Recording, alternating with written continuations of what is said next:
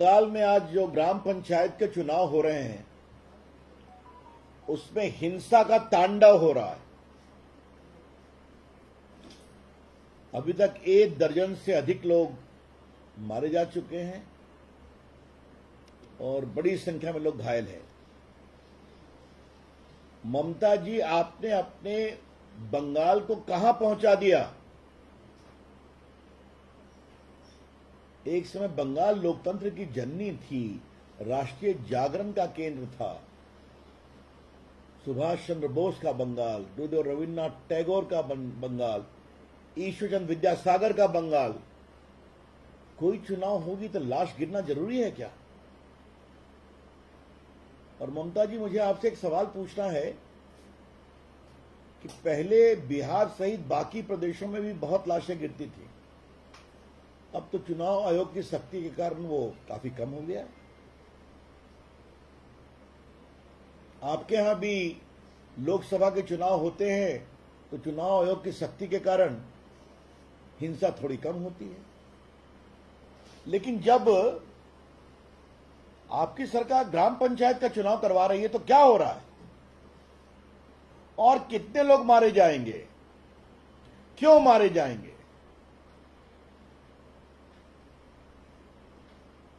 Central forces को भी कायदे से काम नहीं करने दिया जा रहा है, कोई सहयोग नहीं मिल रहा है जमीन पर।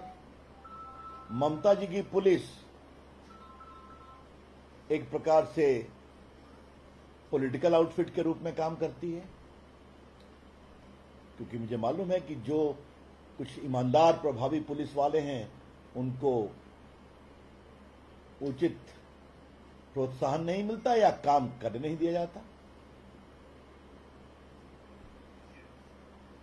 ममता जी, आपकी पार्टी के लोग भी मारे जा रहे हैं ना, क्योंकि आपके भी पार्टी के गुटों में काफी संघर्ष है, ऐसा हमें बताया गया और यही जमीनी खबर भी है।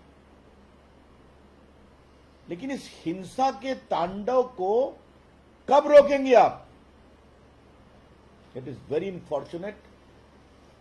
BJP condemns outright this reckless violence in Bengal in the Gram Panchayat election.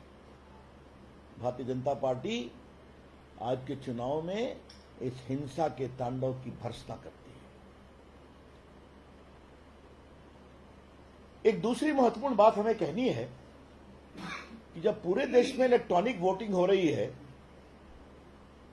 तो ममता जी, आप बैलेट बॉक्स ले आई आपके अंडर में जो चुनाव करवा रहे हैं, आप लोग के दबाव में बैलेट बॉक्स फिर आ गया। जो बैलेट बॉक्स अतीत हो गया था, बटन दबाइए इलेक्ट्रॉनिक वोटिंग मशीन पर, आपकी वोटिंग रिकॉर्ड होगी। अब आप बैलेट बॉक्स ले आई और फिर वही पुरानी परंपरा कि बैलेट बॉक्स को छीना, उठा के कहीं तालाब में फेंक दिया, किसी बैलेट बॉक्स में इंक डाल दिया ताकि जिसको जितने वोट मिले सब समाप्त हो जाए। ममता जी, आपकी सरकार के लोकतांत्रिक कमिटमेंट का टेस्ट हो रहा है। Mamata ji, the very democratic credentials of your government is under serious test. किस बात पर आप नरेंद्र मोदी के खिलाफ आरोप लगाती हैं? विपक्षी दलों को एक करने की बात करती हैं कि लोकतंत्र का हनन हो रहा है मोदी जी की सरकार में। लोकतंत्र का हनन ममता जी आपके सरकार में बंगाल में हो रहा है और सारी विपक्षी पार्टियां चुप हैं। कांग्रेस के लोग भी मारे गए हैं, वामपंथियों पर भी हमला हुआ है, लेकिन कमाल है, क्या वामपंथी पार्टियों के राष्ट्रीय नेता हों या कांग्रेस के राष्ट्रीय नेता हों, चुप हैं। ये है आपके दोहरे चरित्र। This is your double standard. बेबुनियाद, आधारहीन आरोप लगाना नरेंद्र मोदी की सरकार के खिलाफ और अपने अगुवाई में बंगाल में खुलेआम हिंसा का तांडव करना, यह बहुत दुर्भाग्यपूर्ण है। हम एक ही बात कहना चाहेंगे, ममता जी, बंगाल की जनता देख रही है और जब कोई प्रदेश का मुख्यमंत्री हिंसा का तांडव करता है या करवाता है, तो इसका संदेश यही जाता है कि जनता इनकी विदाई जल्दी ही करने वाली है। और आपके इस आचरण के कारण लोकतंत्र तो बहुत शर्मसार हुआ ही है, बंगाल की गौरवशाली जनता को भी बहुत दुख लगा है।